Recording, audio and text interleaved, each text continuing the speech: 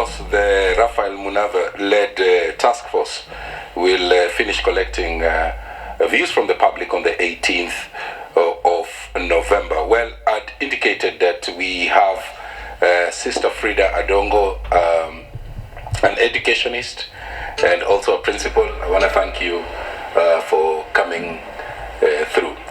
Now, from that story, and I'd like us to start there, so that I remove it out of the way. There's the double transition that of learners into secondary school, and that will take place sometime early next year.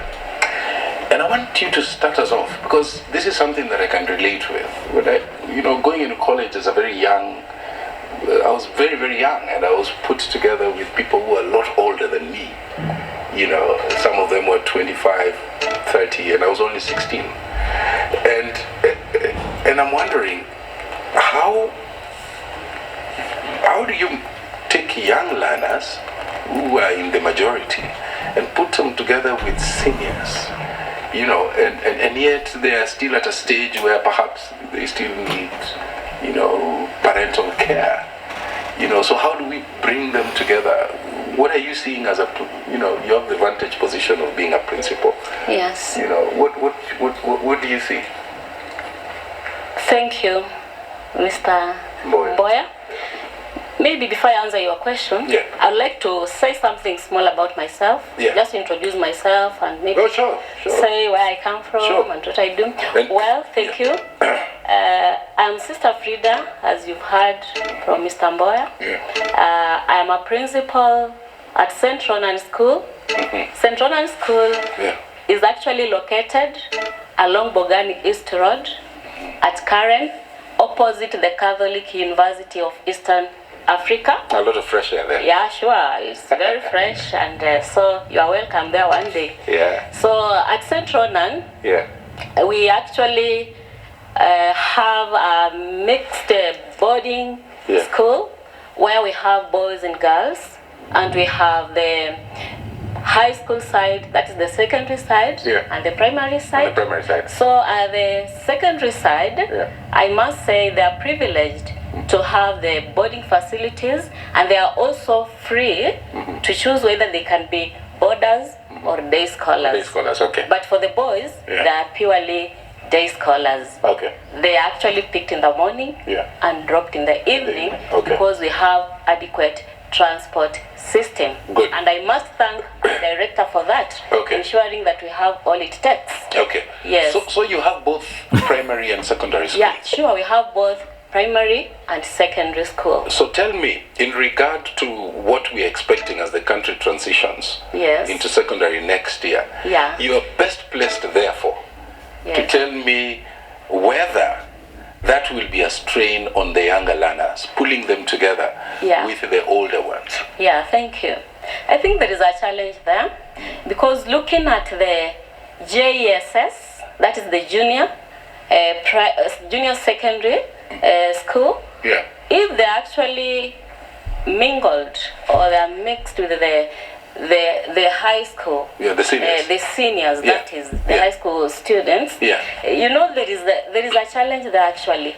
I want you to look at it this way, based on the age gap. This is a junior pupil or a learner who is maybe 10 years old, and those seniors maybe they range from 15, 17, and 18. So there is a challenge of age gap there. And not only just a challenge of age gap, but you may also find that there are some schools which have got tendency of bullying the young ones. But I thank God at St. Ronan we put programs in place to ensure that such like things don't take root in future or next year when we implement or when we begin the junior secondary school. Those who are considering, deploying those kind of models that you have, just describe for us, how do they look like in terms of characteristics? I beg your pardon? For example, the bullying that, comes from the older to the younger folks. The psychosocial support that the younger, the 10-year-olds might require. How does that frame look like, so that whoever is watching this show can say, wow, okay, you know, it doesn't look that bad after all. Yes. Yeah. Actually, so what concrete, you know, mechanisms do you have to protect those young ones? Yeah. Oh, well, you know, St. Ronan is a Catholic faith-based school. Yeah. And we ensure that we produce all-rounded students in terms of good grades and also moral values. So, as a school, we've put programs in place. Okay. Like we have the life skill programs. Yeah. We have got also what you call the guiding and counseling programs in place. Yeah. So all these programs put together, the life skill and the guiding and counseling programs, even self-awareness programs, things like that, they help these older students to gain morals and values, whereby they come to a realization that they are supposed to respect one another. Whether they are seniors or juniors, they are all respected. Okay, how's CBC doing so far?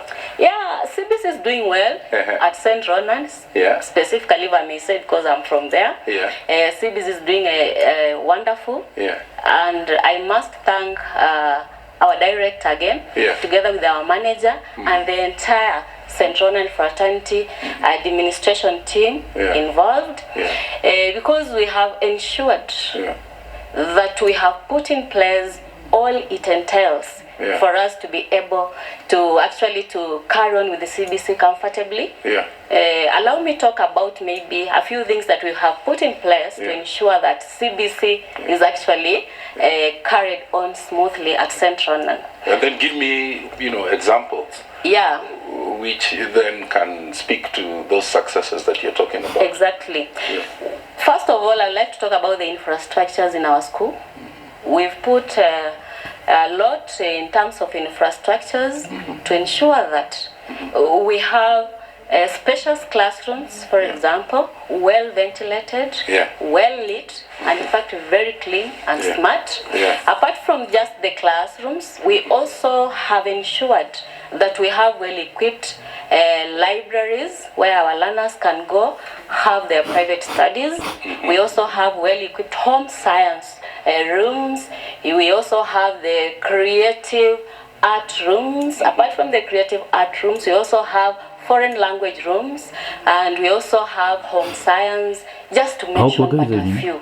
So in short, I must say that in terms of infrastructure, we are well equipped. And not only, you know, with infrastructures without well-trained staff, again, Mr. Mboya, then we cannot meet the requirements of CBC. Let me ask you.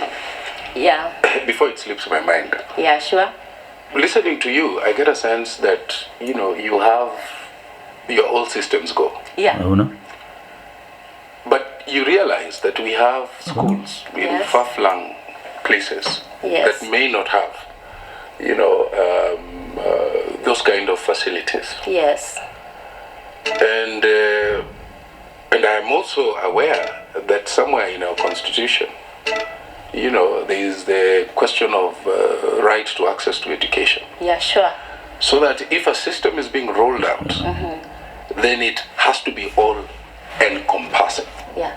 So that you may be very, very successful with the CBC program. Yes. But as a standalone. Yeah. And if you look around you and the other schools are not, you know, doing as well as you. Yeah. So what is it that in the event that you go to the Raphael Munavu-led, you know, task force, what is it that you would want to tell them that can be useful, you know, as they prosecute their work? You know, what would you like to see in that report? Knowing that there are some schools even in those arid areas that don't have those facilities you have talked about. Yeah, you are right, Mr. Mboya. That is actually one of the challenges that CBC because you've done a good job yourself. So what can we learn from you? What would you tell them? Yeah, I would actually like to tell them that, well, Rome was not built in a day. Not to give up on CBC curriculum. Actually, it's a good curriculum. Do you think it's expensive? It is very expensive, yeah, and quite involving. Very expensive, quite involving, especially on the side of the parents. And now that you are talking about the double transition, you can imagine, Mr. Mboya, whereby maybe a parent has a child in grade 6, and that child has to transit from grade 6 to a junior secondary, and the same parent has a child in class 8 under the 844 system next year. So you can imagine, how is this parent going to multitask, ensure that this child in grade 6 transits to junior secondary, and this child in class 8 also transits does KCP and is supposed to join Form 1 next year. You see, that is very difficult on the side of the parent. So there's the element of cost? Yeah, cost on the side of the parent, very high. And I know South Africa tried it, and they were not successful. They reverted back to the old one. So what other thing would you tell that that task force? One, it's expensive, so they really need to mobilize resources. What else? Secondly, I must say that it's also quite involving. For example, the parents have to be with their children, help them with their assignments after work. Tell me. Yes. What about the parent who's not educated?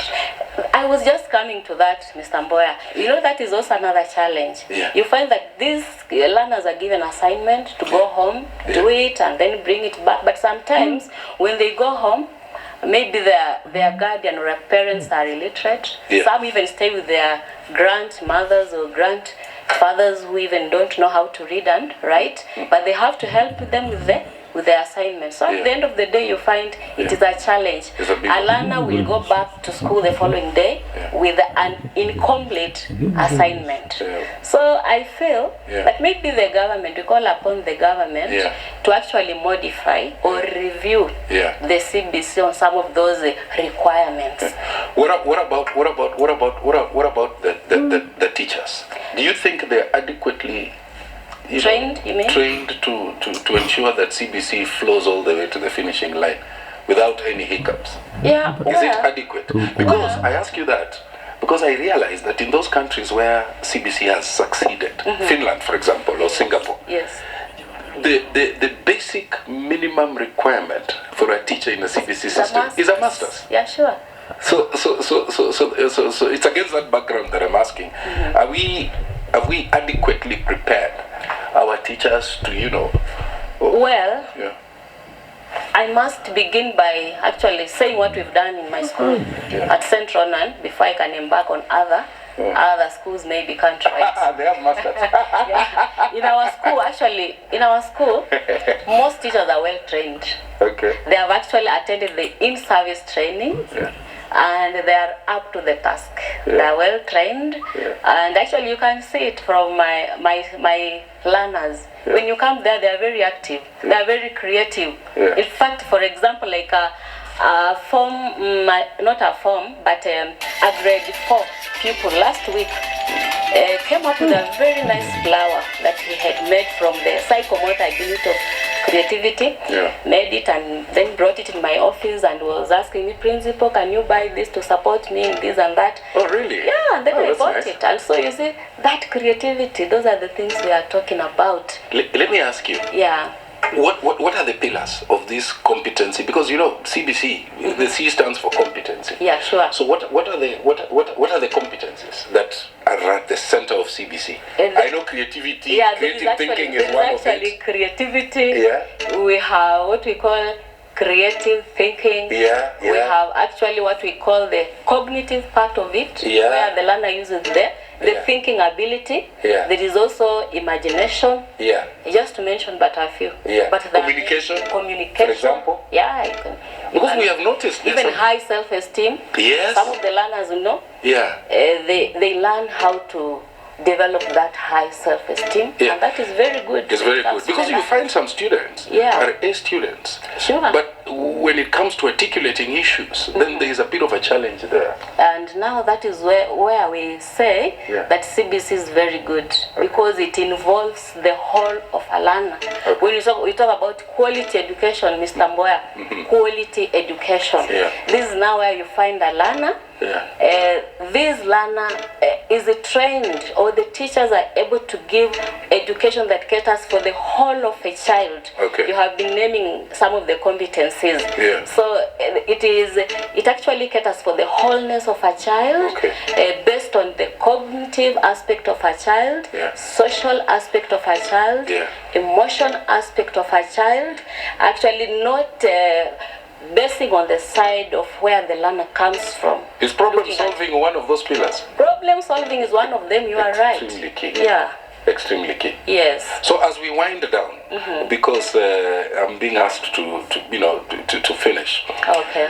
What would you wish to see as the final report that will come from that task force that was appointed by the president? I call it the Munavu-led task force, because I also consider this interview to be one of those